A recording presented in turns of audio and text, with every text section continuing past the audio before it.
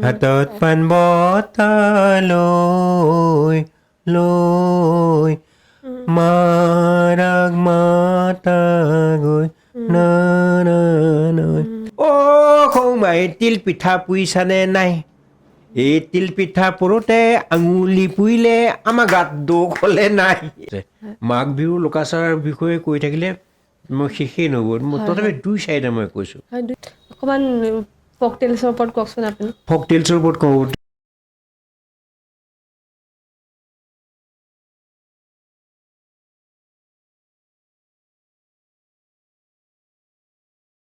নমস্কাৰ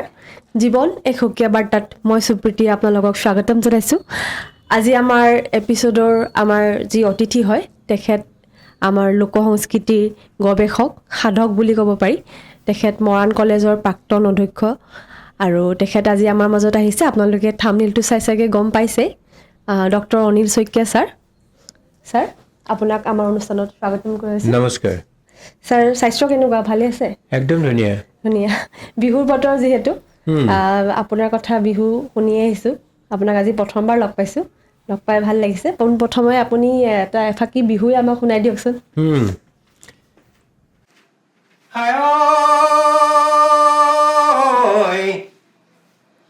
কিনো চত মহীয়া বতাহ জাকি মাৰিলে অ গছে বনে সলালে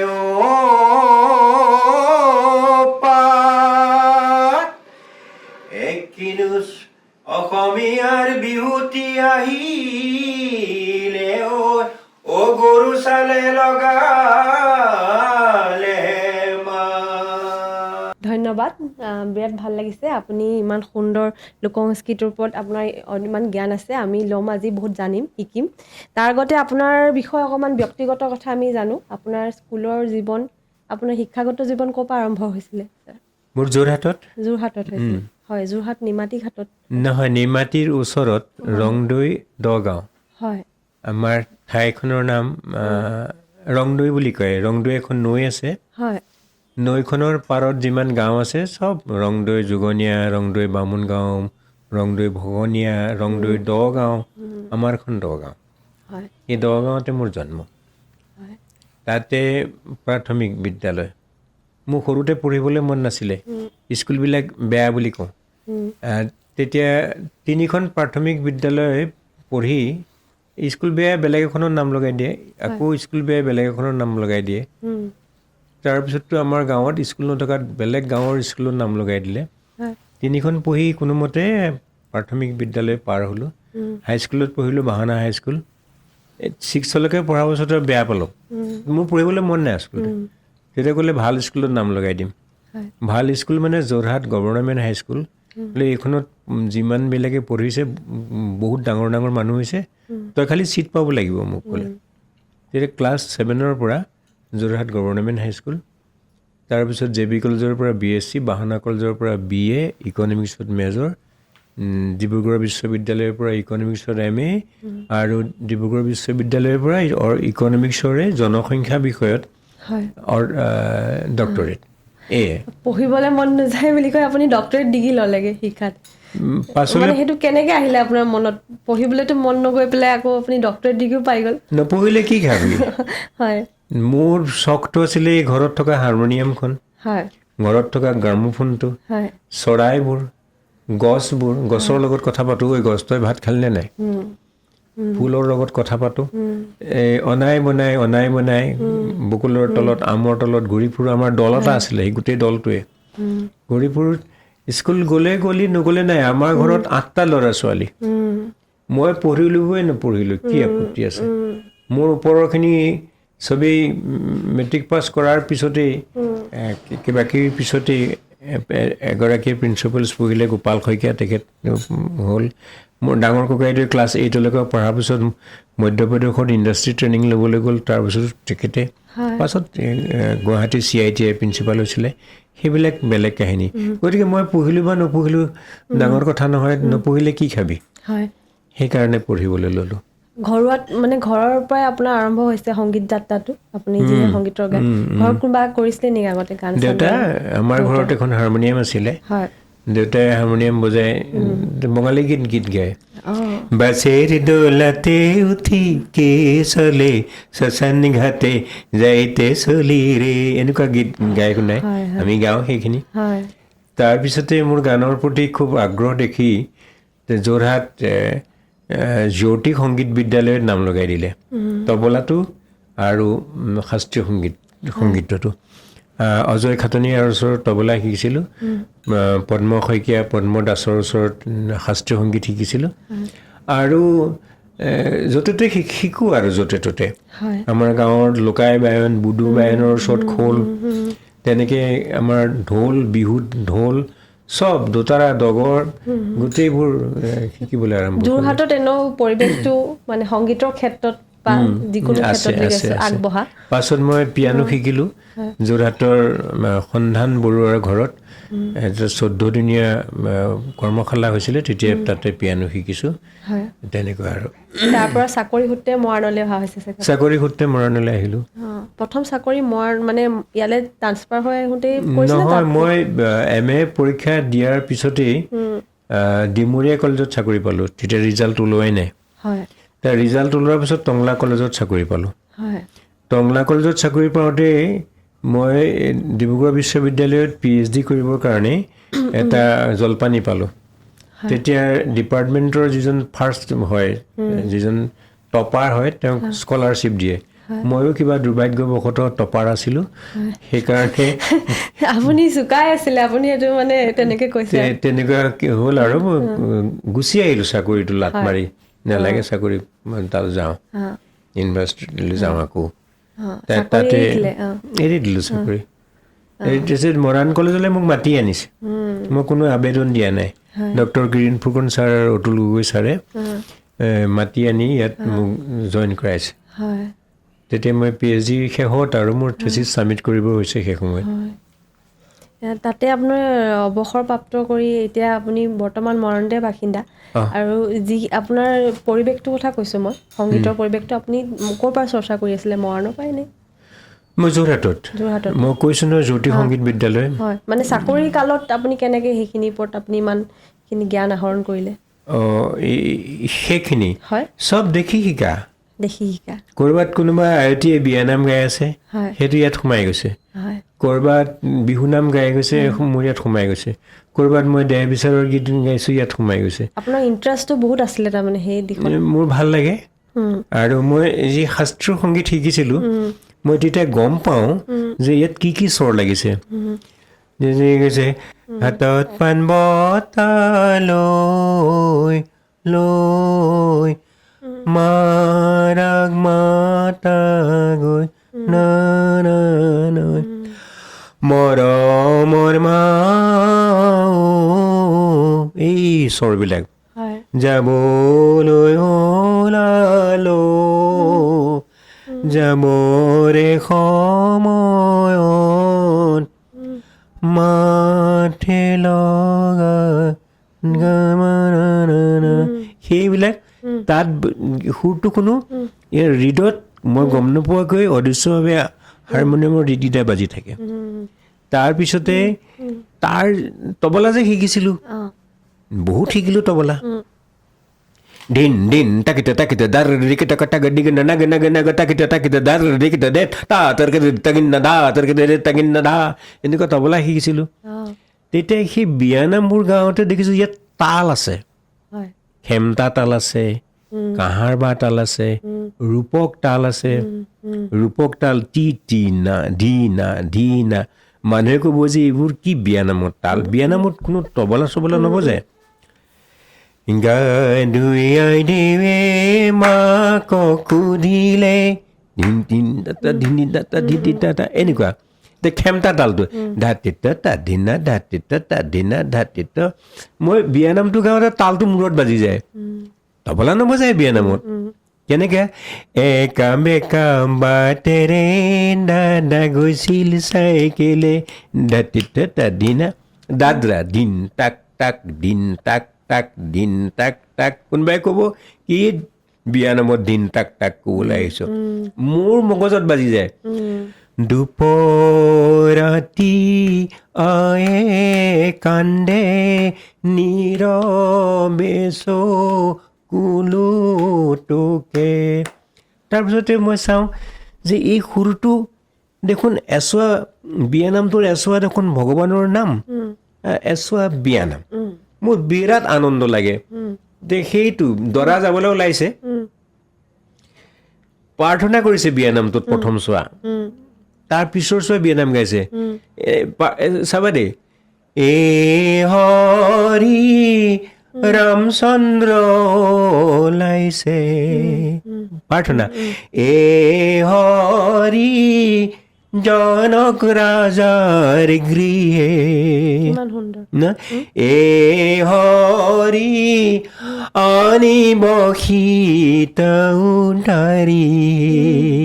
তুমি বিহুৰ কথাহে কৈছিলা, মই দেখোন বিয়ানামে গাই আছো। নহয়, সেইটোৱে কৈছো। আৰু বিয়ানামবিলাক আজিকালি বিয়াত গোৱা নহয়চোন। আপোনাৰ মুখত শুনি পেলাই ইমান ভাল লাগিছে। আপোনাৰ মাতটো মানে অলপ ভূপেন হাজৰিকাৰ টাচা আছে আৰু শব্দবোৰো ইমান ধুনীয়া লাগিছে। সেই চববোৰ বিয়ানাম তেনেকে ক'ৰবাত বিহু নাম গাইছে, ক'ৰবাত বোলে এইটো কি বোলে এইটো নাহৰৰ গীত, সেইটো এবাৰ বা দুবাৰ শুনাৰ পিছত আকৌ এবাৰ গাওক। তেতিয়া ৰেকৰ্ডিং নাই, কিন্তু তালবিলাক আপোনাৰ নিজৰ ৰেকৰ্ডিং নাই, ফোনো নাই, টেপ ৰেকৰ্ডাৰো নাই, পেনত লিখিলো বুলিও নহ'ব, ইয়াতে ভৰাব লাগিব। মোৰ সেইটো সুবিধা হ'ল। কেলে সুবিধা হ'ল যে ইয়াতে সোমাই গ'লতো, আচল জেগাতে ৰেকৰ্ডিং হৈ গ'ল। আৰু যে ধৰা নাহৰৰ গীত, অ ৰঙলি মদাৰৰ পান, এনো মাজে নিশা আহিলি নাহৰৈ, খালি কি নাখালি ভাত, নাহৰৈ খালি কি নাখালি ভাত। এইটো দীঘল। এইটো কি নাহৰৰ গীত? নাহৰৰ গীত। নাহৰ বিহু গীতত নহয়, এইটো সঁচা কাহিনী।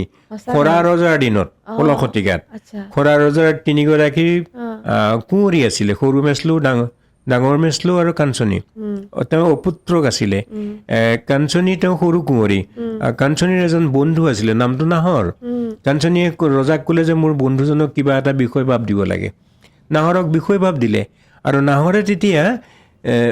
মইমতীয়াকে নাহৰৰ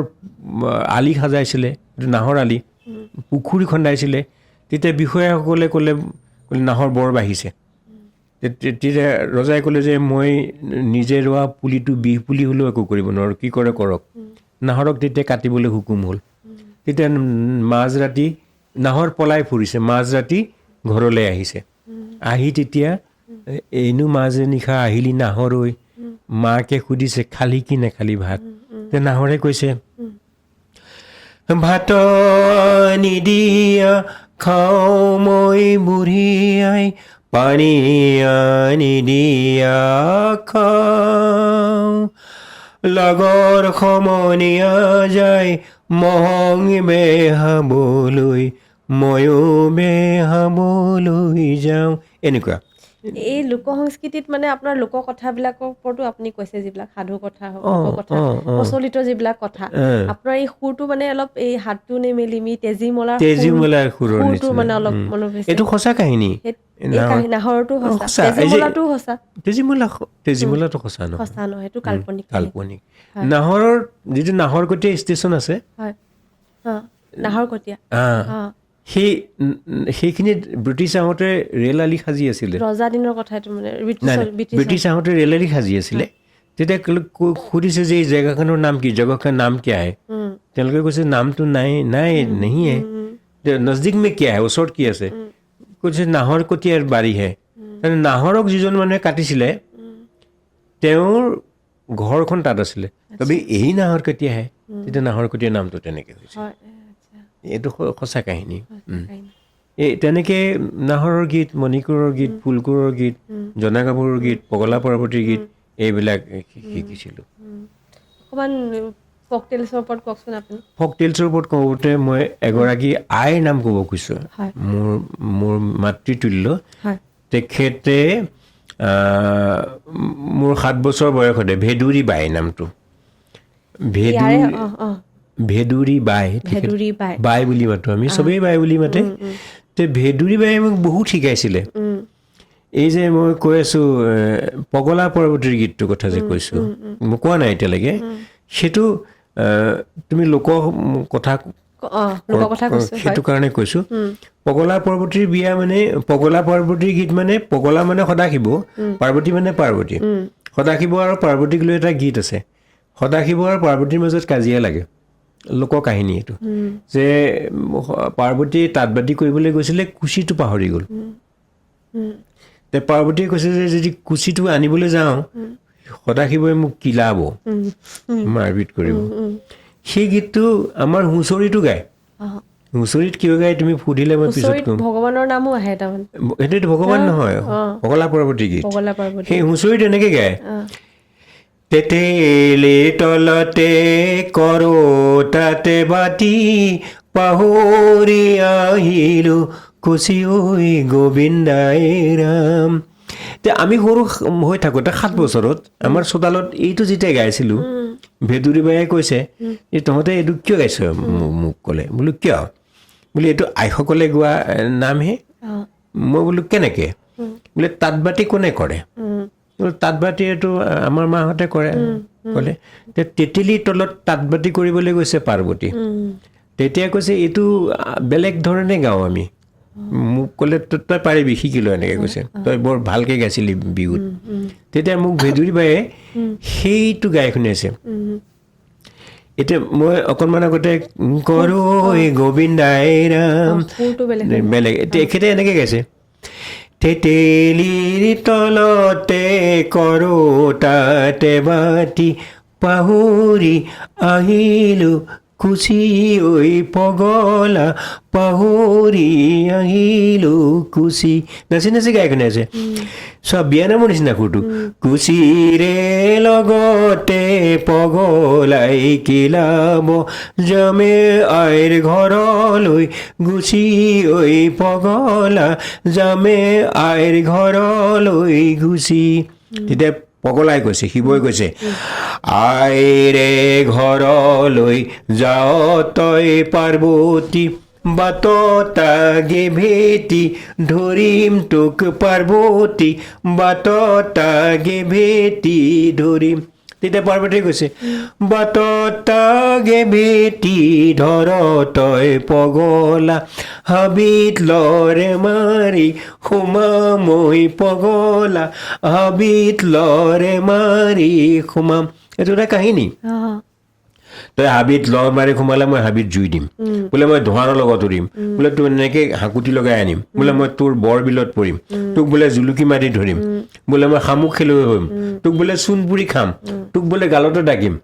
এই বুলি কৈ কৈ কৈ জিকিব নোৱাৰে আৰু শেষত পাৰ্বতী এনেকুৱা হ'লগৈ শিৱই কৈছে জৰাৰ কুমলীয়া পাতো মইনা জৰাৰ কুমলীয়া পাত এৰাওঁ এৰাওঁ বুলি এৰাব নোৱাৰোঁ তোমাৰ কুমলীয়া হাত বুলি গীতটোত শেষ কৰিছে তাৰমানে তেওঁলোকৰ মাজত যি হ'ল আৰু যুক্তি তৰ্ক কিবা কিবি পাছত সেৱা মানিছে আমাৰ যেনেকৈ দাম্পত্য জীৱনত আৰু স্বামী হৰাৰ পিছত পত্নীক যে কয় যি হ'ল আৰু দিয়া তুমিয়ে জিকিলা চাহ একাপ কৰাকৈ যোৱা নাই কয় তেতিয়া তেওঁ গেজেৰা মাৰি কয় আকৌ আপুনি নিজে কৰি খওক চাহ খাবলৈ মন আছে যদি এনেকুৱা কথা মই চাহ তাহ দিবলৈ নাই দেই বাৰু যি হওক সেয়া পগলা পাৰ্বতী কথা কৈছোঁ তুমি লোক মনৰ কথা কৈছা আমাৰ সৰুতে বৰ ধুনীয়াকৈ সাধুবিলাক কৈছিলে দেউতাই কৈছিলে মায়ে কৈছিলে মোক ককাক নাপালোঁ আইতা ককাক নাই পোৱা মই দেউতা মায়ে কৈছিলে বৰ ধুনীয়াকৈ বান্দৰ এটাই শিয়াল এটাই সখী পাতিছিলে সিফালৰ পৰা মানুহ এটাই কল আনিছিলে বান্দৰে বোলে আমি কল খাম এই কথাখিনি কৈ গৈছিলে কিন্তু পাছত মই যিটো ডাঙৰ হ'লোঁ লোকমন তুমি লোকমনৰ কথা কৈছা এই যে সাধুবিলাক যে ৰচনা কৰিছিলে মানুহে মুখে মুখে যে আহিছিলে সেই সাধুবিলাকৰ অন্তৰালত মানুহৰ মনত বহুতো ক্ষোভ আছিলে বহুতো বুদ্ধিদীপ্ততা আছিলে আৰু সাধু কোৱাৰ চলেৰেই বহুতো নীতি উপদেশ দিছিলে মানুহ নীতি উপদেশ দিছিলে এই যে ধৰা এই যে ধানো খাম চাউলো খাম তোকে বিয়া কৰাই ঘৰলৈ যাম এই যে কৈছিলে এই যে ছোৱালীজনীক ক'লে যে কোনে মাৰিছে ওলাই আহা তেতিয়া অজগৰ সাপ এটা ওলাই আহিলে তেতিয়া অজগৰৰ কথা পাতে তেতিয়া গল্পত সাপেও সাপ বেং জীৱ জন্তু চবেই কথা পাতে বান্দৰে শিয়ালেও কথা পাতে তেতিয়া অজগৰলৈ বিয়া দি দিলে অজগৰে পাছদিনা ৰাতিপুৱা দেখিছে ছোৱালীজনীক গোটেই অলংকাৰ পিন্ধাই থৈ দিছে তেতিয়া বুঢ়ী এগৰাকীয়ে বুদ্ধি দিলে যে এইটো স্বামী আচলতে দেৱতাহে সেইটো পিছত ক'ম দেৱতাহে গতিকে ৰাতি তই সাৰ পাই থাকিবি যেতিয়া মূৰটো সলাব তই মূৰটো এইটো জুইত পুৰি দিবি আৰু তেতিয়া মূৰত তই আমুক ভৰণ দি দিবি তেতিয়া দেৱতা হৈ পৰিলে তে মাহীমাকে ভাবিলে তাইতো এনেকুৱা হ'ল মাহীমাকৰ ঈৰ্ষা সেই ঈৰ্ষাত কি কৰিলে নিজৰ জীয়েকক অজগৰ এটালৈ বিয়া দি দিলে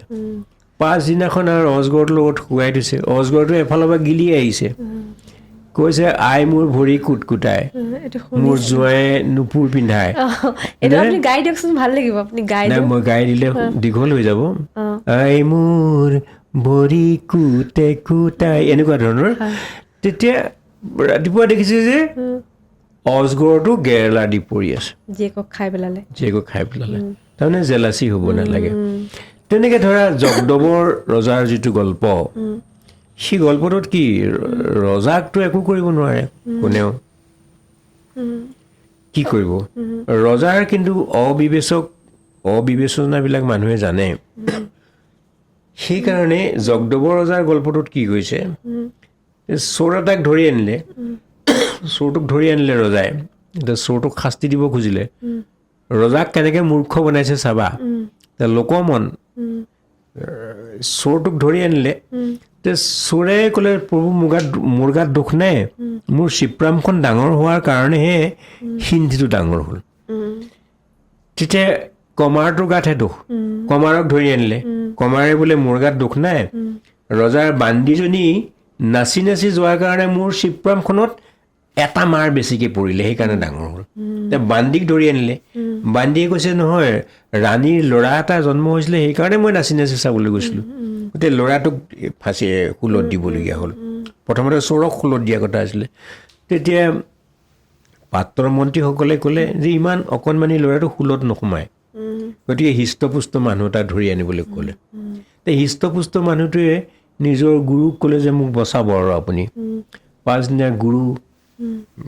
দৈৱজ্ঞ গৈ ওলাইছেগৈ আৰু শুলত দিয়াৰ সময়ত ৰজাক ক'লে যে ইয়াক শুলত দিব ঠিকেই কিন্তু এটা কথা মই কালি মংগল চাই পাইছোঁ যে যি আজি এই শুলত উঠিব সিয়ে স্বৰ্গত ৰজা হ'বগৈ ৰজাই বোলে সি কেলে ৰজা হ'ব মই ৰজা হ'ম এতিয়া ৰজাক শুলত দিলে চোৱা কেনেকৈ ৰজাক শুলত দিলেগৈ তেনেকৈ ৰংখিঙা খংখিঙা নামৰ যিটো গল্প এই গল্পবিলাক এইবোৰ আঁৰত কিবা মানে আপুনি যিটো কৈছে খুব আছে নেকি নে ৰজাজনক অবিবেচক ৰজাজনক মাৰি পেলালে সাধু কথাহে মাৰিলে এনেইতো নোৱাৰে একো কৰিব খুবতে কৰিছে ৰংখিঙা খংখিঙাটো মই অকণমান কৈছোঁ বাৰী কোঁৱৰে বৰ ধুনীয়াকৈ মহ থকা খুটি এটা চফা কৰে মহবিলাকে দেখিলে চালে যে কোনে চফা কৰে আৰু এদিন ধৰিলে মই চমুৱে কৈছোঁ দেই গল্পটো ক'লে তই সদায় পলাই পলাই এনেকুৱা কেলে কৰিব লাগে তই ইয়াতে থাক তোক দুটা শিঙা দিছোঁ এটা খং শিঙা এটা ৰং শিঙা তোৰ মনটো ভাল লাগিলে এই ৰং শিঙাটো বজাই থাকিবি আৰু দুখ লাগিলে বিপদ হ'লে খং শিঙাটো বজাবি ৰজাই মন কৰিলে যে ই কাহিনীটো বেলেগ ধৰণে আছে মই নিজেহে সাজি কৈছোঁ যে ই যিখন প্ৰকাণ্ড মহ এজাক চৰাই আছে তেতিয়া ৰজাই কি কৰিলে যে ইয়াক কেনেকৈ ধৰি আনিব পৰা যায় তাৰ ধৰি অনাৰ কাহিনীটো বেলেগ চুলি এডাল পাইছিলে যিয়ে কয় এই চুলিডালৰ পৰা হৈছে এইটো মই নাই কোৱা এতিয়া ধৰিবলৈ পঠিয়াই দিলে কাউৰীক পঠিয়ালে কাউৰীয়ে পকা আম এটা লৈ গৈছে এই বাৰী কোঁৱৰক ক'লেগৈ যে ৰংখিঙা খংখিঙা কোনে বাই পকা আমটি কোনে খায় তেতিয়া এওঁ কৈছে যে ৰংশিঙা খংশিঙা ময়ে বাওঁ, পকা আমটো ময়ে খাওঁ। এই পকা আমটো খাওঁ খোজোতেই কাউৰীয়ে তাৰ খংশিঙাটো লৈ গুচি গ'ল। ই পিছে পিছে দৌৰিছে, সি গৈ ৰজাৰ ঘৰ পালেগৈ। এই ধুমধাম ৰংশিঙাটো বজাই থাকে। এতিয়া মহবিলাকে ভাবে যে তাৰ সুখতে আছে, তথাপি গধূলি সময়ত গৈ গৈ ৰজাৰ ঘৰ পালেগৈ। তেতিয়া ৰজাই সুধিছে যে এইবিলাক কাৰ মহবিলাক? বোলে মোৰ। পাৰিবি আকৌ সিহঁতক বলাব। তেতিয়া চবকে মৰম কৰি দেখুৱালে। এতিয়া এই কথাটো পাছত ৰজাৰ জীয়েকক এওঁলৈ বিয়া দিলে, বাৰী কোঁৱৰলৈ বিয়া দিলে। এতিয়া এই গল্পটো যদি আমি বিশ্লেষণ কৰোঁ, এই যে মৌজাক সেইবিলাক হ'ল প্ৰজা, এই শিঙা বজোৱা মানুহজন হ'ল কি শিল্পী, কাউৰীটো হৈছে দালাল। হিডেন মেছেজ এইটো এটা।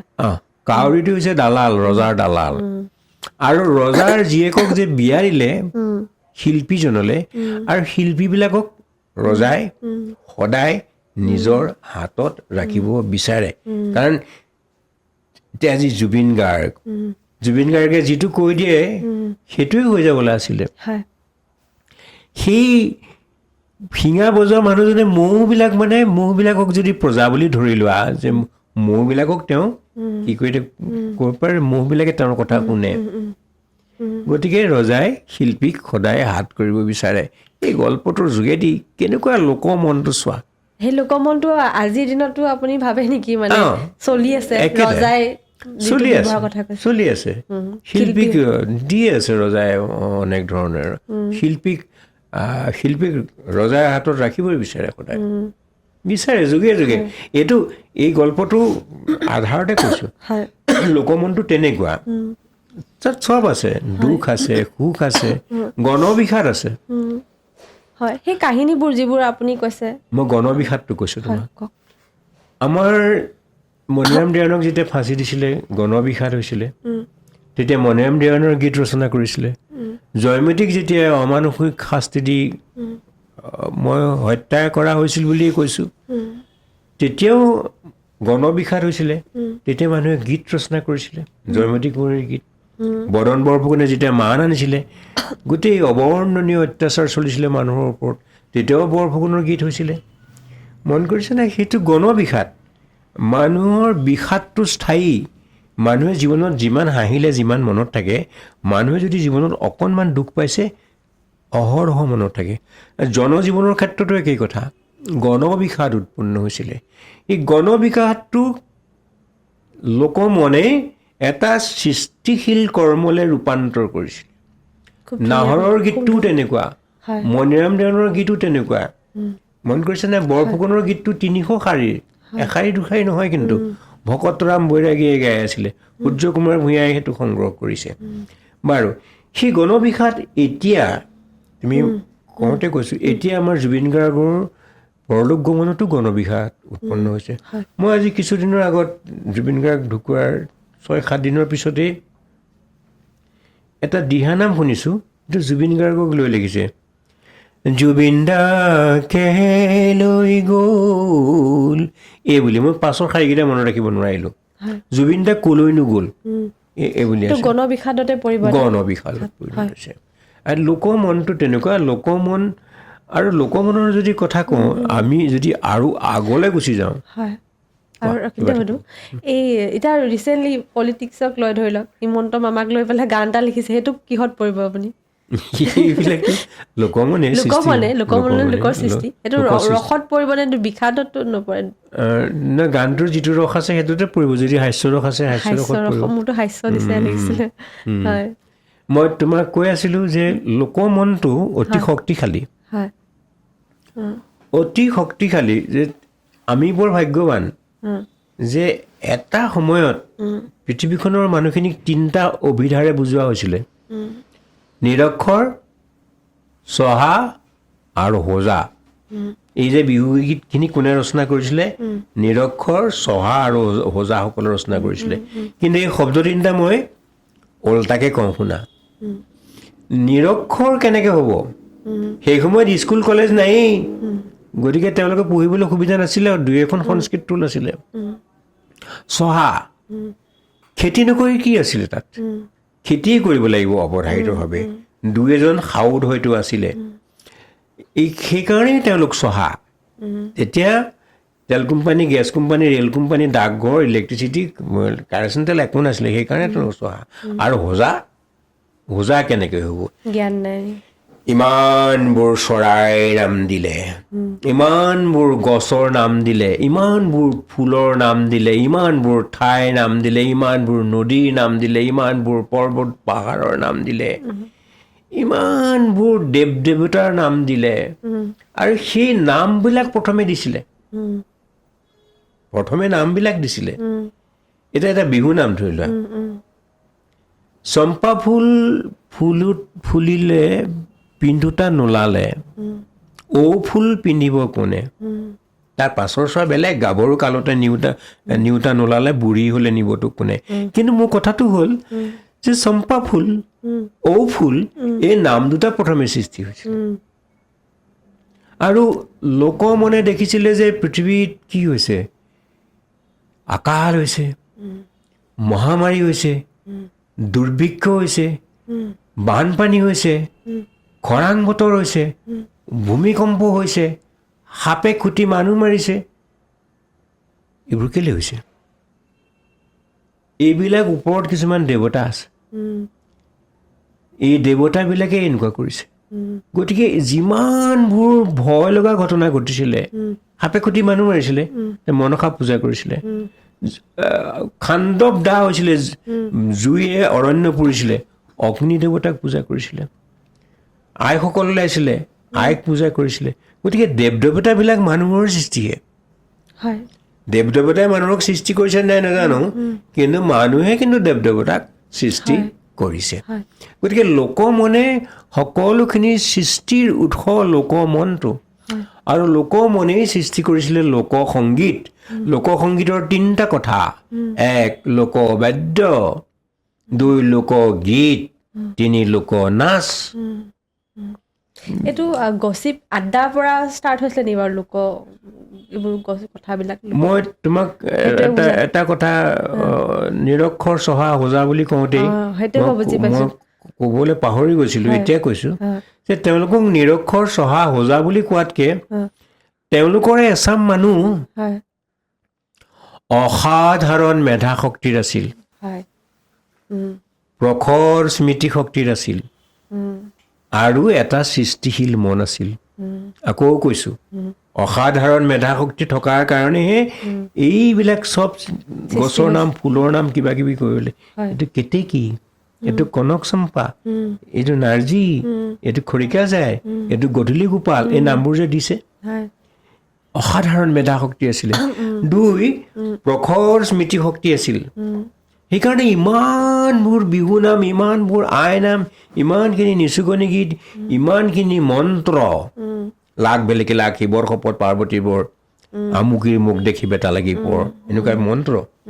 চকমক চাংগ জগজমতি হেংদাং পালপতি চৰিতি কল আজ্ঞা অহংকৰ মাধৱ এই মন্ত্ৰ আৰু ৬৪ বিষ পানী কীৰ্ত কৰ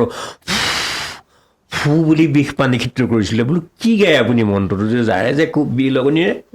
মন্ত্ৰটো শিকাই দিয়ক নিশিকাওঁ মন্ত্ৰ বোলো শিকক মন্ত্ৰটো মই কাকো নকওঁ মন্ত্ৰটো গাই থাকে চক মক চাং গজ গজমতি হেংদাং পালো পটেশ্বৰী ত্ৰিশূল আজ্ঞা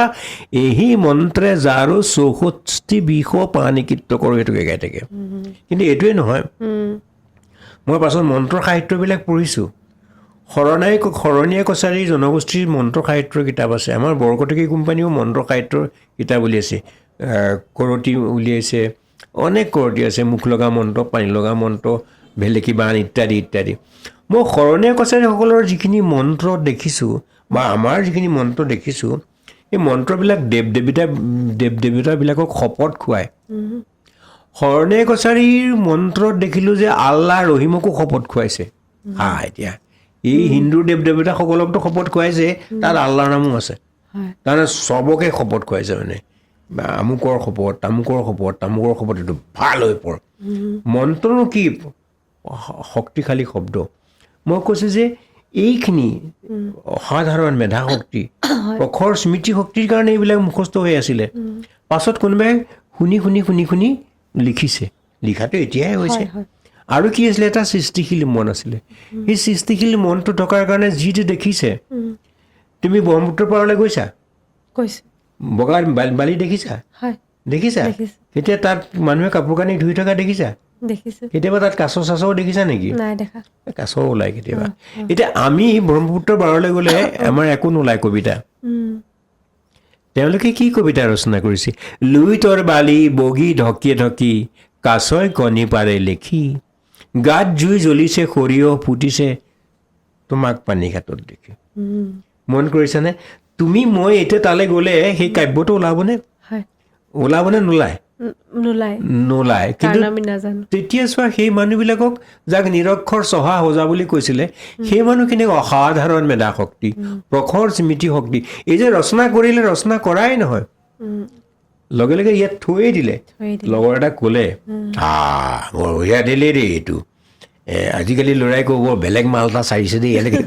আজিকালি স্মৃতি শক্তিবোৰ খুব কমি গৈছে নি বাৰু মোবাইল চোবাইল চাই এতিয়া মোবাইল চোবাইল চাই ফোন নম্বৰ মুখস্থ নাথাকে লোককথা সাধু হওক আপোনালোকে যিবোৰ শুনি আহিছে আমিও শুনি আহিছো এতিয়া আৰু নেক্সট জেনেৰেশ্যনলৈকে চাগে শুনাই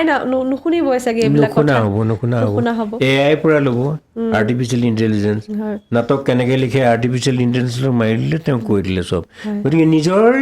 ক্ৰিয়েটিভিটিটো সৃষ্টিশীলতাটো নাথাকিব থাকিব তো মই সৃষ্টিশীল মন্ত্ৰৰ কথা কৈছোঁ লোকমনৰ এচাম মানুহ সৃষ্টিশীল মনৰ গৰাকী আছিলে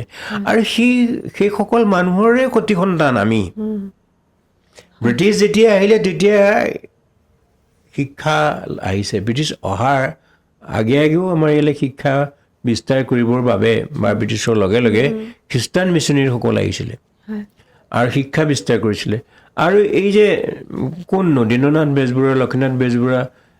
পদ্মনাথ গোহাঁই বৰুৱা এই যে ব্যক্তিখিনি হেমচন্দ্ৰ গোস্বামী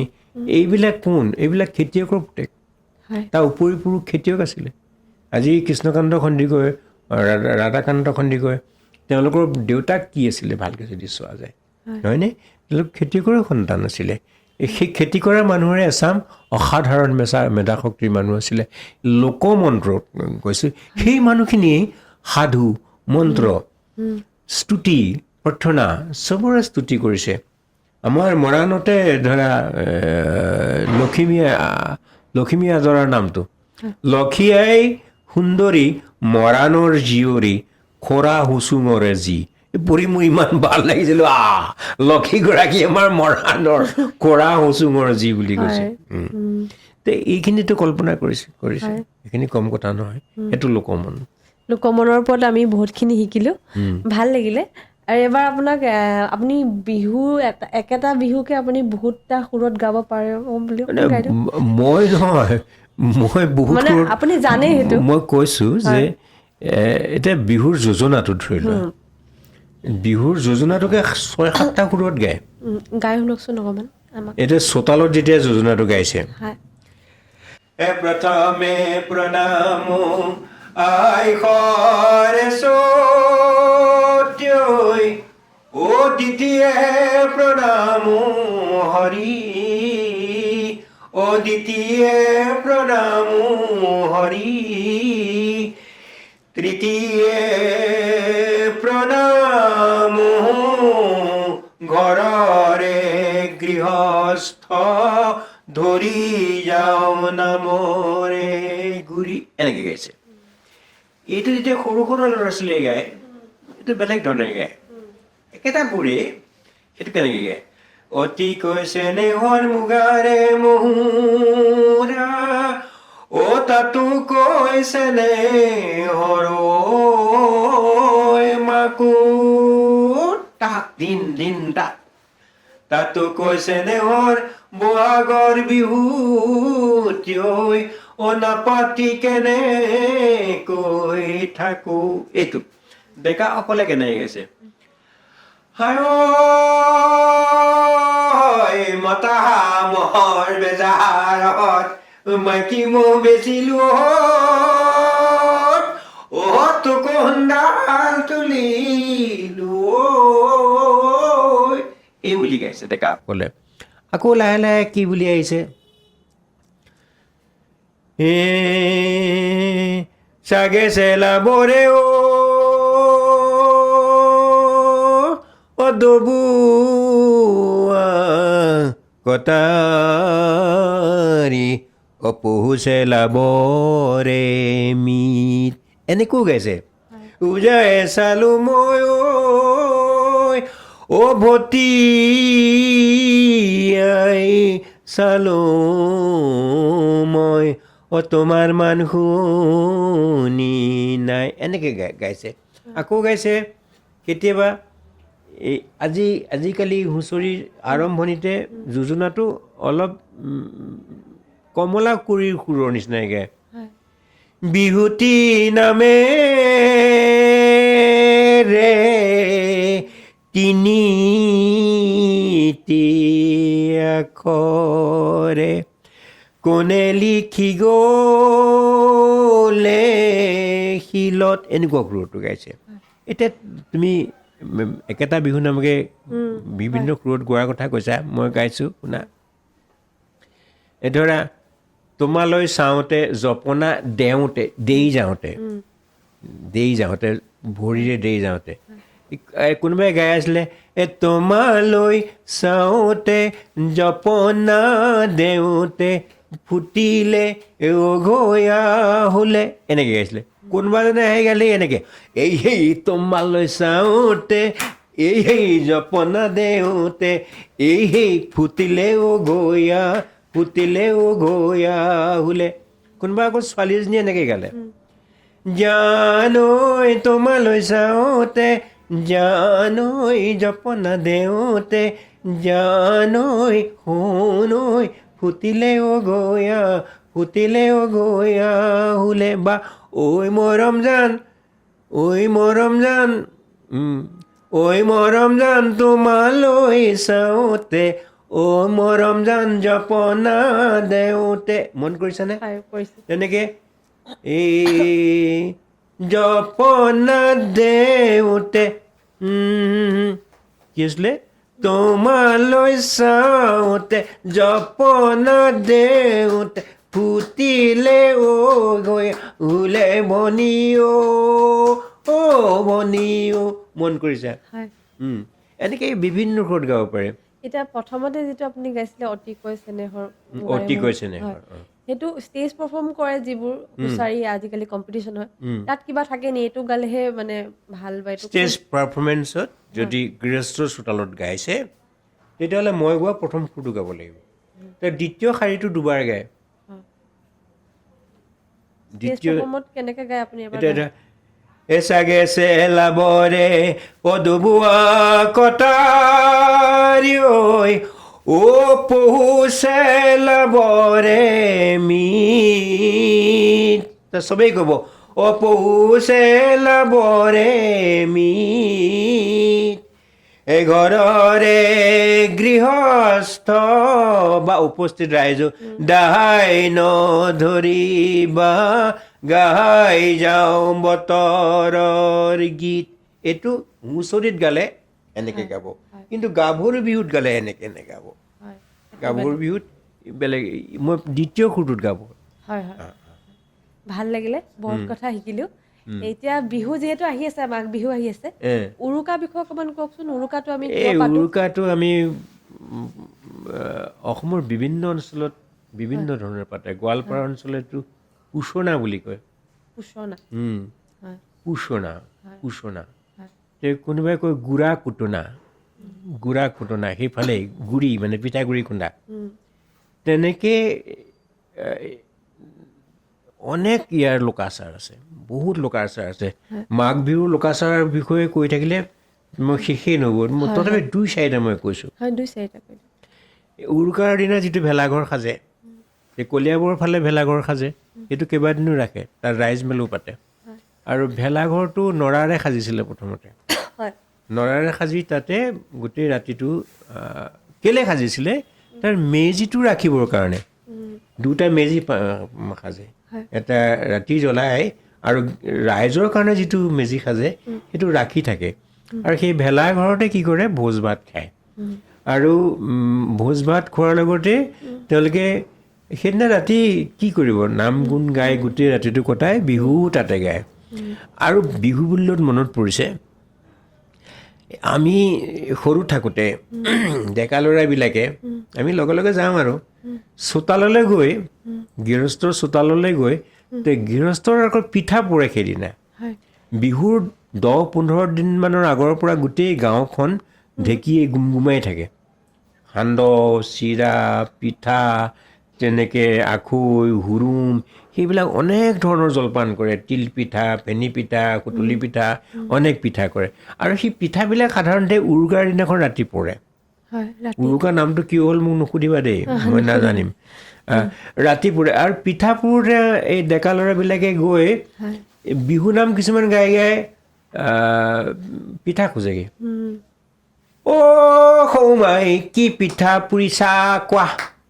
এই পিঠা আনি কি কথা পিঠা আনো কি কথা চোতালতে আছিলৈ ওলাই আহি মাত এষাৰ দিয়া অ' সৌমাই তিল পিঠা পুৰিছানে নাই এই তিল পিঠা পুৰোতে আঙুলি পুৰিলে আমাৰ গাত দুখ হ'লে নাই এনেকুৱা ধৰণৰ কথাবোৰ কয় হয় অ' খুইদেউ ওলাই আহি মাত এষাৰ দিয়া এই পিঠানো কি কথা এনেকুৱা ধৰণৰ বিহু নাম গাই হাঁহে ফূৰ্তি কৰে এনেকুৱা কৰে ফূৰ্তি কৰে আৰু মেজিত হিলৈ ফুটোৱা হয় হয় পকা হিলৈ পানী হিলৈ ফুটোৱা হয় হয় এটা চুঙাত পানী ভৰাই দিয়ে তাত বন্ধ কৰি দিয়ে খেৰৰ সোপা দি তো চুঙাটো জুইত দি দিয়ে জুইত দি দিলে এটা সময়ত পানীটো গৰম হৈ চিকৈ শব্দ কৰে চবে কয় আঁতৰ আঁতৰ আঁতৰ আঁতৰ তেতিয়া ধাপকৈ শব্দ এটা হয় সেইটোৱে আমাৰ ফূৰ্তি আৰু এই মেজিৰ যিবিলাক কাঠ সেই কাঠবিলাক পাছদিনাখন লৈ গৈ লাগনি গছত লগায়গৈ হয় লাগনি গছত লগাই আম লাগ কঁঠাল লাগ এই যিকোনো লিচু গছত লগালে লাগি যায় লাগ মানে লাগনি মই বুজি পালো হয় যে মঙলদৈ ফালে কয় লাগিলে লাগ নহ'লে কাটিম কাটিম কাটিম আম লাগ নালাগিলে কাটিম কাটিম কাটিম এনেকুৱা ধৰণৰ কথাবিলাক এইবোৰ নিয়ম আছে তাৰমানে নিয়ম এইবোৰ আমি গমেই নাপাওঁ আজিহে গম ঢেৰ পাইছোঁ নিয়ম আছে আৰু গছবিলাকৰ গুৰিত ৰছীৰে বান্ধে যাতে তাৰ যিবিলাক ৰেণু লাগে বতাহে যাতে উৰুৱাই নিব নোৱাৰে তেনেকুৱা অনেক লোকবিশ্বাস আছে আৰু যে ভেলাঘৰটো যে সাজে সেইটো জ্বলাই দিয়ে নে নিদিয়ে সেইটো জ্বলাই দিয়ে সেইটো জ্বলাই নিদিলেও হয় চাগে নাই সেইটো জ্বলাই দিয়ে আজিকালি যে দেখা গৈছে ধৰি লওক এতিয়া ইনষ্টাগ্ৰামত বা আজিকালি এইটো কম্পিটিশ্যন হৈ গৈছে ভেলাঘৰত মানুহৰ ছবি আঁকিছে সেইটো আপুনি কি কয় সেইটো শুদ্ধ নে নে পৰিৱৰ্তন হ'বই পৰিৱৰ্তন হ'ব পৰিৱৰ্তনৰ কোনো বাধা দিব নোৱাৰে হয়। ভাল হৈছে বেয়া হৈছে এইটো বেলেগ কথা হয়, হয়। কিন্তু লোক সংস্কৃতিৰ কিছুমান কথা আছে পৰিৱৰ্তন এইটো নহয় লোক সংস্কৃতিৰ কিছুমান কথা আছে যে জাতিয়ে জানে কাক গ্ৰহণ কৰিব লাগে কাক বৰ্জন কৰিব লাগে যেতিয়া বৰ অতিচাৰ হ'বগৈ হয় তেতিয়া কিন্তু নিজে নিজে বৰ্জন কৰিব নীতি নিয়ম বান্ধি পেলাব এটা সময়ত যেতিয়া বহুত বেছি অতিচাৰ হয় তেতিয়া নীতি নিয়ম হৈ যাব SOP হৈ যাবগৈ ঠিকে কৈছে কাৰণ লোকসংগীত বা লোক সংস্কৃতিটো মানে কম্পিটিশ্যনলৈ বেছি গুচি গৈছে চব বস্তু ধৰি লওক প্ৰতিযোগিতা হ'বই প্ৰতিযোগিতা হ'বই। প্ৰতিযোগিতাকো আমি বাধা দিব নোৱাৰোঁ চব বস্তুতে নহয় মানে সকলো বস্তুত ভাল নালাগে মই তোমাক কিছুমান কথা কওঁ হয় মোৰ ওচৰত লীলা গগৈৰ 1962 চনত প্ৰকাশ হোৱা বিহুগীত আৰু বনঘোষা কিতাপখন আছে হয় তাৰ যিটো বেটুপাত সেই বেটুপাতৰ যিগৰাকী নাচনীৰ ছবি তাৰ আঙুলিকেইটা এনেকৈ ফাঁক হৈ আছে আৰু যিকেইজন ঢুলীয়াই কটা গেঞ্জি পিন্ধিছে সেইটো যি কাৰণতে হওক প্ৰকাশকে ভুল কৰি উলিয়াইছে যদিও আমাৰ ক'বলৈ নাই প্ৰকাশকে ভুল কৰিও কৰিব পাৰে হয়তো কিন্তু এইটো 62 চনৰ কথা এটা আৰু কাপোৰ কানিবিলাক বগা সাজ আছিলে নাচনী পিন্ধিছিলে যে হওক গগন চন্দ্ৰ মহন্তই মোক এবাৰ কৈছিলে তেখেতে ক'লে 1952-53 চনত লতাশিল বিহুলৈ যেতিয়া গৈছিলে তেওঁলোকে হাত কটা গেঞ্জিহে পিন্ধিছিলে আৰু বিহুৱাবিলাকে বিহুৱতী গৈ ফুলৰ মালা আধাৰ পিন্ধাই দিছিলে এইটো গগন মহন্তই লখিমপুৰৰ গগন মহন্তই মোক কোৱাৰ কথা মই এইটো কেছেটত ৰেকৰ্ডিং কৰিছোঁ সেই সময়ত মোৰ লগত নন্দকিশোৰ মহেশ্বৰী নবীউল হক মোৰ লগত আছিলে এবাৰ সেইবিলাক লাহে লাহে যেতিয়া কম্পিটিশ্যনলৈ আহিলে অহাৰ লগে লগে আমি কি সাজ পিন্ধিম আমাৰ হাত কিমানলৈকে দাং খাব হাতৰ আঙুলি কিমান ফাঁক হ'ব সেই কথাবিলাক আলোচনা হ'বলৈ ধৰিলে আলোচনা হ'বলৈ ধৰাৰ লগে লগে ই অনুশীলিত হ'ল পৰিশীলিত হ'ল মাৰ্জিত হ'ল আৰু লোকসংগীতৰ 3টা কথা আছে যে বৰ্তি থকাৰ তিনিটা কথা আছে কথা তিনিটা 1954 চনৰ লোকসংগীত সন্মিলনত Britain উডত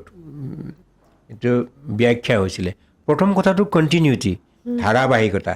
date links present with the past অতীতৰ লগত বৰ্তমানৰ সংযোগ ঘটায়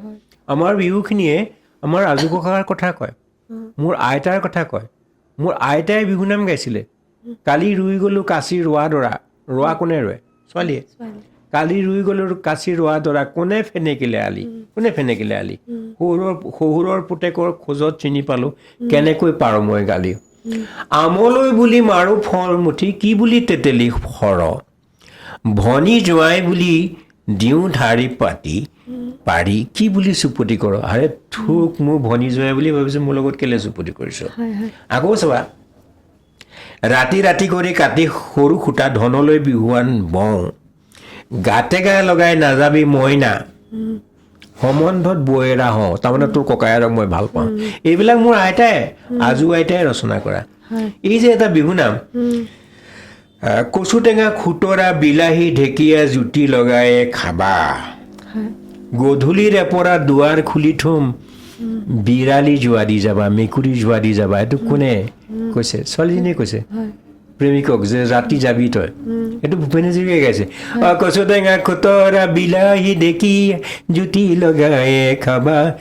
গধূলিৰে পৰা দুৱাৰ খুলি ৰম থমে বিৰালি যোৱা দি যাবা মিলন দৈ শশী মিলন দৈ এনেকুৱা বিহুনাম যে মোৰ আইতাক লগ পাওঁ মোৰ ককাক লগ পাওঁ it is a continuity that links present with the past অতীতৰ লগত বৰ্তমানৰ সংযোগ ঘটায় দ্বিতীয় কথাটো হৈছে ভেৰিয়েশ্যন তাৰমানে তাত এটা অলপ ই ভেৰিয়েট কৰিব অলপ সেইটোৱে অলপ পৰিশীলিত হ'ব কেনেকৈ date এৰাইজেন that is arisen from the creative impulse of an individual or a group মানুহৰ প্ৰত্যেকৰে একোটা সৃষ্টিশীল অনুভূতি আছে তোমাৰ সৃষ্টিশীল অনুভূতি আছে আমাৰো সৃষ্টিশীল অনুভূতি আছে তুমি গোৱা বিহুনামটো মই গালে অলপ বেলেগ হৈ যাব পাৰে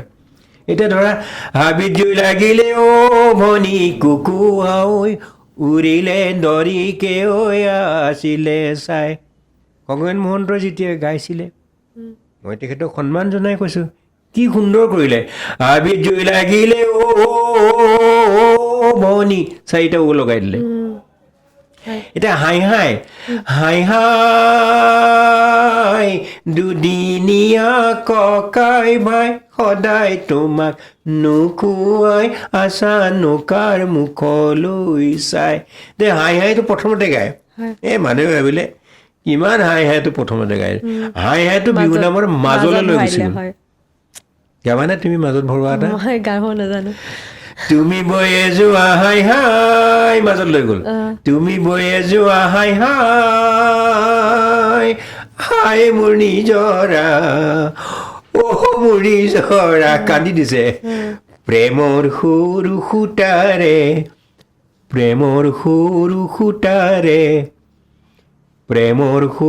সূতাৰে মনে গঢ়াই যোৱা মাকো চৰাই ৰূপে ধৰি হাই মোৰ নিজৰা মোৰ নিজৰা তোমাৰ নটা তৰশালত সদায় গৈ ধেমালি কৰোঁ মন কৰিছানে সেইবিলাক ক্ৰিয়েটিভ ইম্পালছ একদম বিহুৰ ফিলটা আহি গৈছে সেইবিলাক ক্ৰিয়েটিভ ইম্পালছ মানুহৰ এই এইটো মই 1975 চনত শুনিছিলোঁ ডেকা ল'ৰাজনে গাইছিলে তেওঁ সুৰ এটা দিছিলে মানুহে তই ভাল গাইছ বৰ বেলেগ সুৰ ধলি এনেকৈ কৈছে গাইছে কি জীৱনে বিচাৰে চেনিমাই জীৱনৰ লগৰী সুৰটো কেনেকৈ আনিছে চোৱা জীৱনে বিচাৰে চেনিমাই জীৱনৰ লগৰী কবিয়ে না বিচাৰে ভাষাহেৰা চেনিমাই নে হাঁহিবা মিচিকাই নে মাৰিবা কেতেৰাই সৰি কলা পৰি যায় মন কৰিছানে তুমি যে ভাবিছা চেনিমাই তুমি বৰ ধুনীয়া তোমাতকৈনো ধুনীয়া নাই হেৰা চেনিমাই এনেকৈ গৈ থাকে তাৰপিছত শেষ নহয় নামটো গাই আছে তাৰ শেহত কি কৰিছে জানা লাহেকৈনো ঢুলীয়া ঢোলতে চাপৰ মাৰা আমাৰ নামৰ আইধা পৰিল ডাও গেন বুলি ঢোল আৰম্ভ কৰি দিলে সেই তেনেকুৱা ধৰণৰ বিহুনামবোৰ গৈ আছে এই যে মই এই সুৰবিলাক গাইছোঁ একেটা বিহুনামকে বেলেগ সুৰত গাই থাকিব বহুত সুৰত গাই থাকিব পাৰি এইবিলাকতো আপুনি শিকায়ো আছে আপোনাৰ ষ্টুডেণ্টো আছে আপোনাৰ কৰ্মশালা আছে মই বহুত জেগাত কৰ্মশালা কৰিছোঁ হয় কৰ্মশালা কৰিছে কটন কলেজৰ নিচিনা জেগাতো কৰ্মশালা কৰিছোঁ বহুত জেগাত কৰ্মশালা কৰিছোঁ শিকিছে বহুতে শিকিছোঁ আমিও শিকিছোঁ আৰু লগতে এটা কথা কওঁ মানে কালি নে পৰহি মই এটা ৰিল চাই আছিলোঁ তাত এজন মানুহে কৈ আছিলে আপুনি ওচৰত আছিলে নেকি তেখেতে কৈছিলে যে 40 বছৰৰ পাছত মানুহৰ কোনো চাৰ্টিফিকেটৰ মূল্য নাই আৰু 50 বছৰৰ পাছত মানুহৰ সৌন্দৰ্যৰ মূল্য নাই 60 বছৰৰ পাছত মানুহৰ আসনৰ কাম নাই আৰু 70 বছৰৰ পাছত মানুহৰ ধনৰ কাম নাই বুলি কৈছে আৰু 80 বছৰৰ পাছত মানুহৰ জীৱনৰে মূল্য নাই বুলি কৈছে আপুনি ওচৰত আছিলে নেকি সেই কথাটো কওঁতে মানে মই এই কথাটো নাছিলে নেকি তাৰমানে সেই কথাটো মই এইটো কাৰণে উল্লেখ কৰিলোঁ কাৰণ আমাৰ অনুষ্ঠানটোৰ নাম জীৱন গতিকে জীৱনৰ মূল্যটো কি আপোনাৰ মতে আপুনি কওকচোন মোৰ বয়স সিমান মই হিচাপ নকৰোঁ হয় এতিয়া কৈছে যে 60 বছৰৰ পিছত যৌৱন আৰম্ভ হয়হে হয় নেকি হয় মোৰ বয়স এতিয়া 71 মইতো থুলন্তৰ ডেকা বুলিয়ে ভাবোঁ মোৰ 71টো মই ওলটাই দিওঁ মোৰ বয়স 17 বুলি ভাবোঁ মই ভাবাৰ কথাটো এনেকুৱা নহয় মই সিদিনাখন গুৱাহাটীৰ পৰা ৰাতি 6 বজাত গাড়ী চলাই আহিছোঁ ইয়াতে গতিকে সেই দৰ্শনটো মানুহ লৈ দৰ্শন পৰিৱৰ্তন হ'ব প্ৰত্যেকৰে দৰ্শন বেলেগ কৈছে আৰু দৰ্শনটো শ্বেক্সপিয়াৰে এনেকৈ কৈছে there are more philosophy in heaven and earth than your thinking তুমি ভবাতকৈ পৃথিৱী আৰু স্বৰ্গত আৰু বহুত ফিলচফি আছে আকৌ কৈছে meat for one is may be poison for other কাৰোবাৰ কাৰণে মাংস কাৰোবাৰ কাৰণে ই কিন্তু গেষ্ট্ৰিক আছে হাঁহৰ মাংস মই খাই বৰ ভাল পাওঁ মোৰ যদি গেষ্ট্ৰিক হয় হাঁহৰ মাংস খালে মই মৰি থাকিম গতিকে দৰ্শনটো তেনেকুৱা টকা পইচা এইবোৰ কাক কেতিয়া কিমান লাগে কোনেও ক'ব নোৱাৰে কোনোবা মানুহৰ কাৰণে 70 বছৰ হ'লেই পাৰ কৰাৰ ৰঘুনাথ সংসাৰ সাগৰ এনেকুৱা কৈ দিব সেইকাৰণে 25 বছৰ বয়সত গীতাখন পঢ়িব নাপায় বুলি কৈছে আগতে আমাক কয় গীতা নপঢ়িবি পকলা হবি এনেকৈ কয় আমাক কৈছিলে তাৰ পাছততো মই 25 বছৰ বয়সতে গীতা পঢ়িলোঁ তেতিয়া তাত কিছুমান কথা আছে জ্ঞান যোগ কৰ্মযোগ ইত্যাদি তাত কৈছে তোমাৰনো আছিলে কি তোমাৰনো আছে কি তোমাৰনো থাকিব কি যি আছিল লোকৰ যি আছিল সেয়াও লোকৰ যি থাকিব সেয়াও আনাই লৈ ল'ব তুমিনো কাক লৈ দুখ কৰিছা যদি মই 25 বছৰ বয়সতে সেই কল্পনাটো কৰোঁ মোৰনো কি আছে এইবোৰ মাটি বাৰী লোকৰ দেউতাৰ আছিলে এতিয়া মই আছোঁ মই মৰিলে মোৰ পুত্ৰই ল'ব পুত্ৰই কাৰোবাক বেছিও দিব পাৰে গতিকে মোৰতো একো নাই একোৱেই নাই মানে আমাৰ দেহ বিচাৰৰ গীতত গোৱাৰ নিচিনাকৈ টোকাৰী গীতত গোৱাৰ নিচিনাকৈ এই জীৱন দুদিনীয়া কচু পাতৰ পানী সেইবুলি তুমি ভাবিব পাৰা যে এই জীৱনতে চব আছে ভাবি চালে লিলিমাই এই জীৱনতে সকলো পায় ভাবি চালে লিলিমাই এই জীৱনত একো নাই কিন্তু মই ক'ম যে ভাবি চালে লিলিমাই এই জীৱনতে সকলো পায় অহা জীৱনত নহয় গতিকে মোৰ আশা আছে মই এতিয়াও ভাবোঁ মই আৰু উপন্যাস লিখিম মই এতিয়াও ভাবোঁ মই আৰু বহুত নাটক লিখিম মই এতিয়াও ভাবোঁ যে মই বহুত দিন জীয়াই থাকিম মই এতিয়াও ভাবোঁ মোক বহুত টকা লাগে কেলৈ লাগে মই নিজাববীয়াকৈ ডাঙৰ এটা কেমেৰা কিনিম গাঁৱৰ যিমানবোৰ মানুহ আছে গীত গোৱাৰ সেইখিনি মই নিজাববীয়াকৈ সংগ্ৰহ কৰি থ'ম ইত্যাদি অনাদি কথাবোৰ গতিকে তেখেতৰ মতে সেইটো সত্য মোৰ মতে সত্য হ'বনে নহ'ব মই জানো মই নহ'ব বুলি নকওঁ হ'ব বুলি নকওঁ কাৰণ টান পালে মই ৰাম বুলি দিমতো এইমাত্ৰ যদি গলক গৰাই ধৰে নহয় একো লাগে দেই মই এইবোৰ পানী অকণ দে মুখতে ভাল লাগিলে বিৰাট ভাল লাগিলে আজি আপোনাক লগ পাই আমাৰ অনুষ্ঠানটো যিটো শেষ পৰ্যায়ত আহি আছে অকণমান আপোনাৰ বিষয়েও আপুনি কওক আপুনি নাটকো কৰি আছে মই নাটকত আৰু মিউজিকৰ ওপৰতো আপুনি চৰ্চা কৰিছে নাটক কৰিবলৈ মোক কোনেও নিদিলে চেহেৰাটো বেয়া কাৰণে কি নাজানো কিন্তু মোক নাটকৰ সংগীত কৰিবলৈ দিলে মই খুব কমেও মোৰ 25 বছৰ বয়সৰ নহয় মই স্কুলৰ দিনৰ পৰা নাটকত সংগীত কৰিছোঁ নাটকত সংগীত বহুত নাটকত সংগীত কৰিছোঁ হয়তো 200-300 নাটকত সংগীত কৰিছোঁ নাটকৰ সংগীতৰ বাবে মই গৈ দিল্লীও পাইছোঁগৈ হয় চিনেমাটো সংগীত কৰিছোঁ আব্দুল মজিদৰ 7 নম্বৰ সন্ধানৰ নামৰ চিনেমাখন হয় আৰু মোক চিনেমাৰ মিউজিকৰ কাৰণে মোলৈ প্ৰস্তাৱ আহিছিলে হয় কিন্তু মই কাহিনীবিলাক চাই যদি মনোপুত নাপাওঁ তেতিয়া মই সংগীত কৰাৰ কথা নাভাবিলোঁ হয় আৰু এটা সময়ত মোৰ প্ৰিন্সিপাল থকাৰ কাৰণে সেইটো মোৰ সম্ভৱো নহ'ল নহ'লে যিয়ে হওক মই সংগীত খুব ভালকৈ শিকিছিলোঁ হয় পাশ্চাত্য সংগীতটো মই শিকিছিলোঁ সেইটো মেজৰ মাইনাৰ আগমেণ্টেড ডিমিনিছ এইবিলাক মোৰ কোনো অসুবিধা নাই হয় তেনেকৈ ভাৰতীয় শাস্ত্ৰীয় সংগীতো মই অলপ বুজি পাওঁ যে এইটো ইমন ৰাগ এইটো মালকোচ এইটো ভৈৰৱী এইটো ভূপালী মই বুজি পাওঁ এইটো ৰাগ এইটো আলাপ এইটো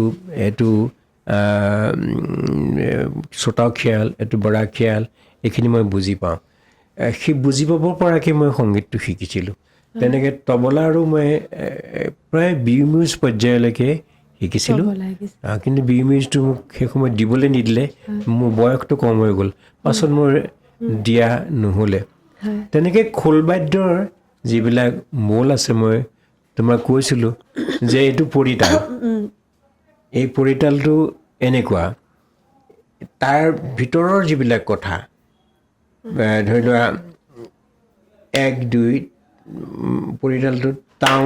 তাতা কেতি তাকে দেই দিনা তাতা তাও kit kit kit kit kit kit এইটো মই বজালোঁ কিন্তু ভিতৰৰ বিজ্ঞানটো 1 2 3 4 5 6 7 8 9 10 11 12 13 14 এইটো 14ত শেষ হয় 14টা ইয়াত কাউণ্ট আছে তেনেকৈ জ্যোতিতালটোত 28টা কাউণ্ট আছে 28টা কাউণ্ট মানে 28 বাৰ ক'ব লাগিব তাও তিতাকে তিতাকে তাও তিতাকে তিতাকে তাও তাকে তাও খিত দিদি নাও খিত শংকৰদেৱে এইখিনি ৰচনা কৰিছিলে প্ৰায় 52টা তাল কোনো মতে 57টা তাল ছন্দ ৰচনা কৰিছিলে এক তাল পৰিতাল উনজ্যোতি মানজ্যোতি বৰজ্যোতি খৰমান চুটকলা এই তালবিলাকক তেওঁৰ সৃষ্টি কৰিছিলে তেখেতে ৰচনা কৰা গীতবিলাকৰ কাৰণে যে এইটো 28 মাত্ৰা নহয় 14 মাত্ৰাও হ'ব পাৰিলেহেঁতেন এনেকুৱা তালটো তাও তিতাকে তিতাকে তাও তিতাকে তিতাকে তাও তাকে তাও খিত ইয়াতে শেষ আকৌ এবাৰ একেটা বস্তুকে দিদি নাও খিত গেন তাক দেই এইটো কেনেকৈ কৈছে চোৱা এচাপৰি দুচাপৰি মন কৰিছানে মোক শিকাওঁতে তেনেকৈ শিকাইছিলে গাঁৱত এচাপৰি দুচাপৰি এচাপৰি দুচাপৰি এনেকৈ শিকাইছিলে তেনেকৈ এচাপৰি বোলে জপিওৱা 3 চাপৰি এইটো খৰমান ৰাগ দেই দেই দেই দেই দাওঁ খেতি ৰা তা তাও ৰাগ দেই দেই দেই দেই দাওঁ খেতি ৰা তা তাও 1 2 3 1 2 1 2 3 1 2 1 2 3 1 2 1 2 3 1 2 তেনেকৈ 1 2 3 1 2 1 2 3 1 2 কেনেকৈ গাইছোঁ দেখিছানে 1 2 3 1 2 1 2 3 1 দেই দিনা নাও খিত দেই দিনা নাও খিত দেই দিনা নাও দেন তস্তাও তাতা ক্ৰিকেটে তাক দেতা দেই দেন চাওঁ দিনা নেতা কিট কিট তাকে দেই সৰুতে এইবিলাকে মোক আকৰ্ষণ কৰিছিলে গোটেই ৰাতি ভাওনা চাই পাছদিনাখন মই ভাওনাৰ সেইবিলাক গাই দিব পাৰোঁ আৰে শ্যাম মূৰ্তি পীত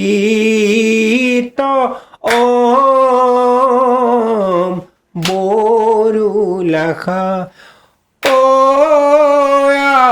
আৰে নয়ন পংকজ জ্যোতি সত আশাৰে এই সুৰটো টান যেন লাগিছে নে সহজ যেন লাগিছে সহজ যেন বৰ সহজ নহয় কিন্তু আৰে শ্যাম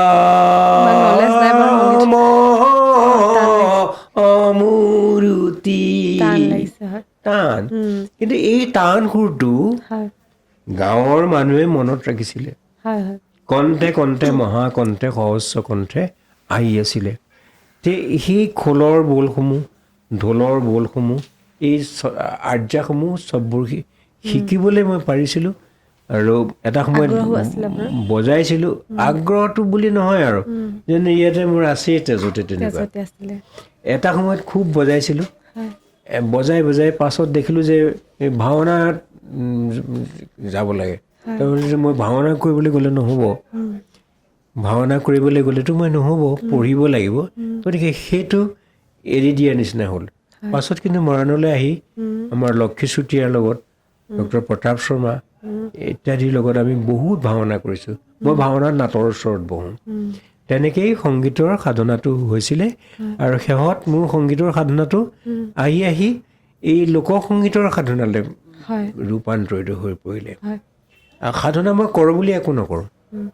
য'ত শুনি আহোঁ সেইটোকে মোৰ মনত ৰৈ যায় হয়। এইখিনিয়ে মোৰ সংগীত জীৱনৰ কথা। আৰু নাটক আপুনি কিমানকেইখন নাটক লিখিছে এতিয়ালৈকে মোৰ প্ৰায় 22 গন্তি কৰা নাই 20খন নাটক মোৰ প্ৰকাশ হ'ল আৰু 4খনমান নাটক মানে হৈছে এইবোৰ নাটক কৰিছে বহুত জেগাত ডিব্ৰুগড় ৰেডিঅ'টো মোৰ নাটক হৈছে হৈছে বহুত ঠাইত হৈছে নাটক লখিমপুৰত যেনেকৈ শিৱসাগৰত আমগুৰিত যোৰহাটত নাটক হৈছে আৰু ভৱিষ্যত পৰিকল্পনা আপোনাৰ এইবোৰকে কৰি থাকিম আৰু প্ৰবন্ধ লিখা নাটক আপুনি কৈছিলে কিবা এটা কৰিবলৈ মন আছে বুলি কৈছে মনটো থাকিবই অনেক কাম কৰিবলৈ মন আছে এনেকুৱা কিবা আপকামিং কিবা আপোনাৰ আহিবলগীয়াটো এই যে মই যিখিনি বেলাত তোমাক নাহৰ গীতটো গাই শুনাইছিলোঁ সেইখিনি গোটেইখিনি মোৰ বাণীবদ্ধ কৰি থৈ যোৱা মন আছে খুব ভালকৈ একেবাৰে আজিৰ প্ৰজন্মই শুনি ভাল পোৱাকৈ তাৰ যিখিনি বাদ্যছন্দ লাগে তেনেকুৱা ধৰণে দুই ধৰণে এটা আমি সাধাৰণতে যেনেকৈ গাই তেনেকুৱা ধৰণৰ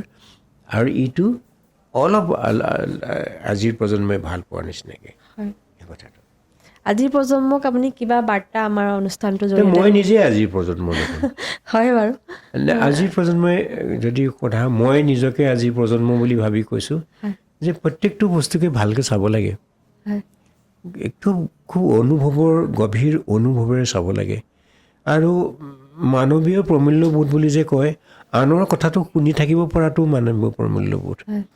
আৰু নিজকে খুব প্ৰশ্ন কৰিব লাগে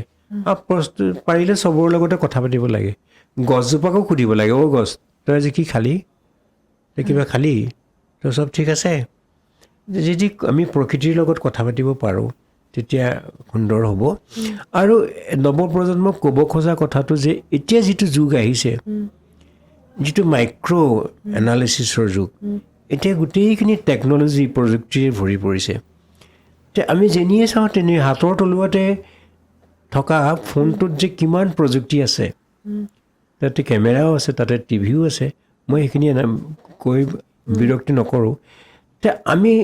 ভাবিব পাৰিম নে নোৱাৰিম যে সেইটো কৰিব পৰা ছফ্টৱেৰ এটা কৰিব পৰা অসমীয়া ল'ৰাই ছফ্টৱেৰ কৰিছে মই কথাটো ক'লে লিখি যাব পৰা ছফ্টৱেৰ ওলাইছে এতিয়া অসমীয়া ভাষাত মই ল'ৰা দুজনৰ নামটো পাহৰিছোঁ মই চৰি বুলি কৈছোঁ তেনেকুৱা প্ৰযুক্তি ওলাইছে আৰু এই প্ৰযুক্তিবিলাকৰ ভিতৰলৈ সোমাই আমি অনেক দৰৱ খাইছোঁ যে মই দৰৱ বনোৱা মানুহজন কিয় হ'ব নোৱাৰোঁ দৰৱ প্ৰস্তুত কৰা মানুহজন কিয় হ'ব নোৱাৰোঁ মই অনেক ধৰণৰ টেকন'লজি ইয়াত আছে মই সেইখিনি কিয় কৰিব নোৱাৰোঁ মই ভালকৈ পঢ়িছোঁ ভাল ক্লাছ পাইছোঁ আৰু মই ইণ্টাৰভিউ দিছোঁগৈ ইণ্টাৰভিউ দি চাকৰি পাইছোঁ কিন্তু সেইটোৱে সত্যনে যে মই এনেকুৱা এটা কাম কিয় কৰিব নোৱাৰোঁ যে যিটো কাম কৰিলে মই 10জন মানুহক মোৰ কোম্পানীটোত চাকৰি দিব পাৰোঁ 100টা পৰিয়ালত মোৰ কোম্পানীটোৰ পৰা মই সহযোগ কৰিব পাৰোঁ দৰকাৰ হ'লে 1000 কোটি টকা লোন বিচাৰিম চৰকাৰক দি আছে যে এইখিনি কাম মই কৰিবলৈ লৈছোঁ গতিকে এইখিনি সৰু সৰু কথাবিলাকত নাথাকে আজি পৃথিৱীখন যিটো আগবাঢ়ি গ'ল যে মহাকাশত এই সুনীতা উইলিয়ামছন আছেগৈ ছেটেলাইটত যে গৈ আছেগৈ ছেটেলাইট ষ্টেচনত যে আছিলেগৈ গৈ ইয়াৰ পৰা 400 কিলোমিটাৰ দূৰ ইয়াৰ পৰা তালৈ 400 কিলোমিটাৰ দূৰ তাত যে গৈ আছেগৈ যে সেই তেনেকুৱা ছেটেলাইট ষ্টেচন এটা মই কিয় সাজিব নোৱাৰিম মোৰ কি কম আছে বহুত অসমীয়া ল'ৰা ছোৱালী আগবাঢ়ি গৈছে বহুত বিজ্ঞানী হৈছে কিন্তু প্ৰত্যেকজনে যদি চেষ্টা কৰে আৰ্টছৰ ল'ৰা হৈও পাৰে বিজ্ঞান সুলভ মনটো ছায়েন্স আৰ্টছ বুলি কথা নাই মই কিবা এটা আৱিষ্কাৰ কৰিম বুলি ভাবি মই পঢ়িলেই হৈ যায় মই যদি আৰ্টছত ইংৰাজী মিডিয়ামত পঢ়িছোঁ মই ইংৰাজী যদি পঢ়িব জানো বা নাজানিলেও হৈ গ'ল আজি বহুত ঠাইত ৰাছিয়া ফ্ৰান্স আজি চাইনা তাততো ইংৰাজী ভাষা নাই গতিকে মই যদি ভালকৈ পঢ়োঁ শিকোঁ মোৰ দেশখনৰ কাৰণে মোৰ জাতিটোৰ বাবে মই কিবা এটা অৱদান দি যাব পাৰোঁ এই যে মাইক্ৰফোনটোত মই কথা কৈ আছোঁ এনেকুৱা এটা মই কিয় সাজিব নোৱাৰোঁ কি আছে ইয়াৰ ভিতৰত এটুকুৰা মেগনেট আছে তামৰ কইল এটা আছে সেই কইলটো কিমান ইঞ্চি দীঘল কিমান তাত থিকনেছ আছে মেগনেটটো কিমান শক্তিশালী সেইটো মই এনালিচিছ কৰি কাৰোবাক সুধি মেলি মই বিজ্ঞানী হ'ব নালাগে তাৰ কাৰণে ছায়েন্সতো পঢ়িব নালাগে যে ইয়াত ইনগ্ৰেডিয়েণ্ট কি আছে এটুকুৰা মেগনেট আৰু তামৰ তাৰৰ কইল সেই তামৰ তাৰৰ কইল তাৰ লগত আৰু কিবা কিবি লগাইছে সেইকেইটা যিকেইটা বস্তু আছে খুলি খালি কিয় নাচাম আজি মৰাণৰ হীৰেণ চেতিয়া নামৰ ল'ৰা এজনে এই যে ধান মৰণা মাৰে যে এই মেচিনটো খুলি খালি চালে এইকেইটা বস্তুৱে আছে এইকেইটা দেখোন মই বনাই পেলাব পাৰোঁ হীৰেণ চেতিয়াই এতিয়া মৰণা মৰা মেচিন সাজে ইয়াতে আমাৰ সৰিয়হ কিনি আনি এতিয়া আজিকালি 6,000 7,000 10,000 15,000 20,000ত সৰিয়হৰ পৰা মিঠাতেল কৰিব পৰা মেচিনটো পোৱা যায় আমি এই ভেজাল মিঠাতেলবোৰ খাওঁ কিন্তু সৰিয়হ আমনি পালেও কৈছোঁ সৰিয়হ 4 কেজিত 1 লিটাৰ মিঠাতেল ওলায় 4 কেজি সৰিয়হৰ পৰা 1 লিটাৰ মিঠাতেল গুচি গ'লে 3 কেজি খলি হৈ থাকে খলি হৈ সাৰ হয় 1 কেজি খলি হৈ দাম 40 টকা তাৰমানে 160 টকা মই খলি হৈ বিক্ৰী কৰি পাম আৰু মই কিনিছিলোঁ সৰিয়হ কিনিছিলোঁ 40 টকাকৈ 160 টকাত কিনিছিলোঁ 4 কেজি সৰিয়হ 3 কেজি খলি হৈ বিক্ৰী কৰি 120 টকা পাম আৰুতো মিঠাতেল 1 কেজি লিটাৰটো বিক্ৰী কৰিব পাৰিমেই কিন্তু মোৰ মনটো লাগিব মই একেদিনাই হ'ব নোৱাৰোঁ 10 বছৰ পৰিশ্ৰম কৰিলে মই এজন লাখপতিটো হ'মেই কোটিপতিৰ ওচৰা-ওচৰি হ'ম সেই মনটো লাগে পৰ মুখা পেশী নহয় সৃষ্টিশীল মনটো আৰু আনক কেতিয়াও আনে কেনেকৈ কৰিছে সেইটো নহয় মই কেনেকৈ কৰিম যিটো কাম আজি জুবিন গাৰ্গে কৰিছিলে যে মই কেনেকৈ গান গাম তেখেতে কাকো অনুসৰণ কৰা নাছিলে তেখেতৰ কণ্ঠটো নিজৰ মতে পৰিচালনা কৰিছিলে তেখেতে ভূপেন হাজৰিকাকো অনুকৰণ কৰা নাই ভূপেন হাজৰিকা অতি মহান ভূপেন হাজৰিকাক আমি বহুতে অনুসৰণ কৰিলোঁ জুবিন গাৰ্গক আমি বহুতে অনুসৰণ কৰিলোঁ কিন্তু ভূপেন হাজৰিকাই কাকো অনুসৰণ কৰা নাই জুবিন গাৰ্গেও কাকো অনুসৰণ কৰা নাই সেইটো সংগীতৰ ক্ষেত্ৰত আমাৰ বাকী ক্ষেত্ৰতো হৈ যাব পাৰে লাইটৰ ছুইচ বৰ্ড বোলে বজাৰত বহুত আছে ময়ো এটা উলিয়াম মোৰ ডিজাইনটো অলপ বেলেগ ধৰণৰ হ'ব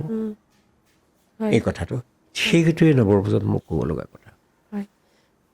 নৱপ্ৰজন্মলৈ বৰ ধুনীয়া বাৰ্তা দিছে